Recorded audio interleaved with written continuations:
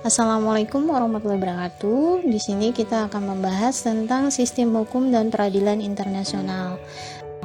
Sebelum kita membahas tentang hukum internasional, kita melihat dulu menurut Kamus Besar Bahasa Indonesia. Kata sistem berarti di sini adalah seperangkat unsur yang secara teratur saling berkaitan sehingga membuat suatu totalitas, susunan yang teratur dari pandangan, teori, ajas dan sebagainya. Nah, baru kita melihat dari hukum internasionalnya. Hukum internasional itu apa sih? Nah, di sini kita akan membahasnya.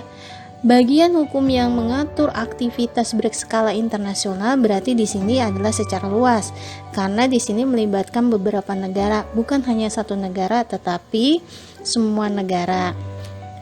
Karena di sini demi kepentingan bersama, makanya dibuatlah hukum internasional supaya setiap negara mempunyai tujuan dan mematuhi peraturan hukum yang telah disepakati, supaya tidak ada yang melanggarnya. Nah, di dalam hukum internasional juga terdapat di sini adalah ajas-ajas, sumber-sumber hukum, subjek hukum yang ada di dalamnya. Nah, di sini kita akan membahas dulu adalah ajas. Yang pertama adalah ajas teritorial. Apa sih yang dimaksud dengan ajas teritorial? Di sini kita akan membahasnya.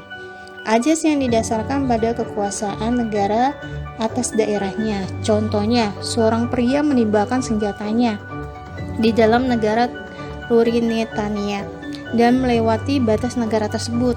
Nah, berarti dia sudah melanggarnya. Yang kedua adalah ajas kebangsaan. Ajas yang didasarkan pada kekuasaan negara untuk warga negaranya. Contohnya, seseorang yang berwarga negara Indonesia ingin mengikuti pemilihan umum, ya.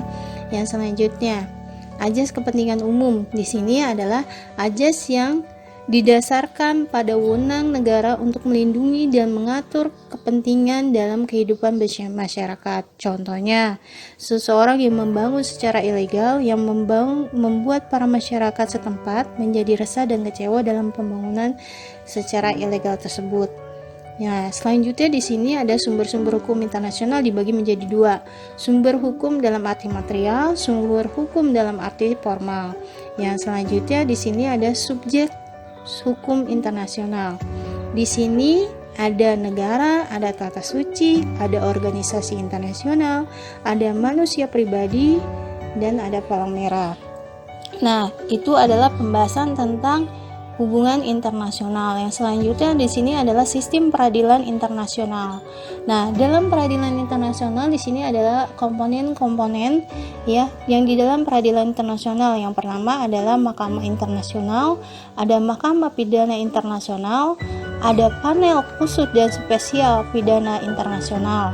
Nah, selanjutnya kita akan membahas penyebab timbulnya sengketa internasional dan cara penyelesaian oleh Mahkamah Internasional. Nah, sengketa internasional biasanya itu adalah individu dengan individu atau negara yang satu dengan negara yang lain sehingga terjadilah sengketa.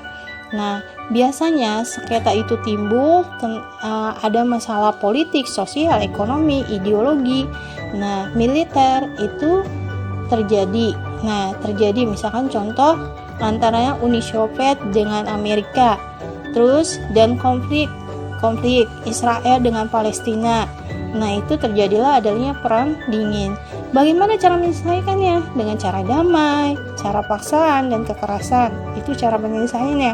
Nah, kalau dengan cara itu belum juga diselesaikan, belum bisa untuk diselesaikan. Nah, peran Mahkamah Internasional dengan cara menyelesaikan sengketa tersebut.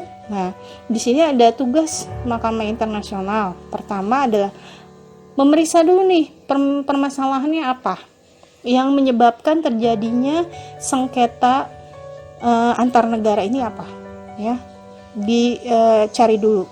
Terus memberikan pendapat kepada Majelis Umum tentang penyelesaian sengketa antar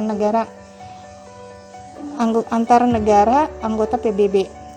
Nah, selanjutnya adalah menganjurkan kepada Dewan Keamanan untuk bertindak terhadap salah satu pihak yang tidak menaati keputusan Mahkamah Internasional. Terus selanjutnya adalah memberi nasihat. Nah, seperti itu. Terus kewenangan Mahkamah Internasional antara lain adalah menyelesaikan sengketa tersebut.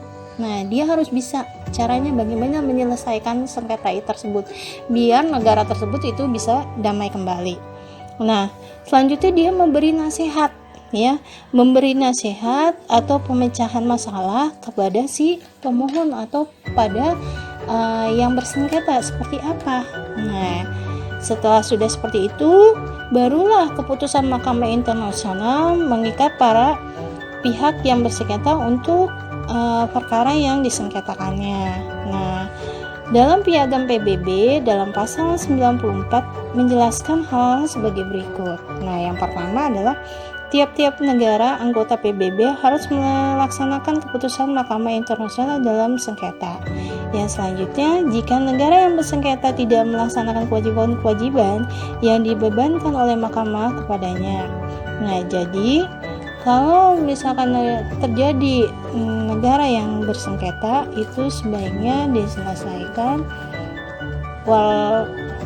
tidak secara damai. Misalkan dari damai tidak bisa, barulah Mahkamah Internasional baru yang menyelesaikan. Terima kasih, semoga materi hari ini bermanfaat. Wassalamualaikum warahmatullahi wabarakatuh.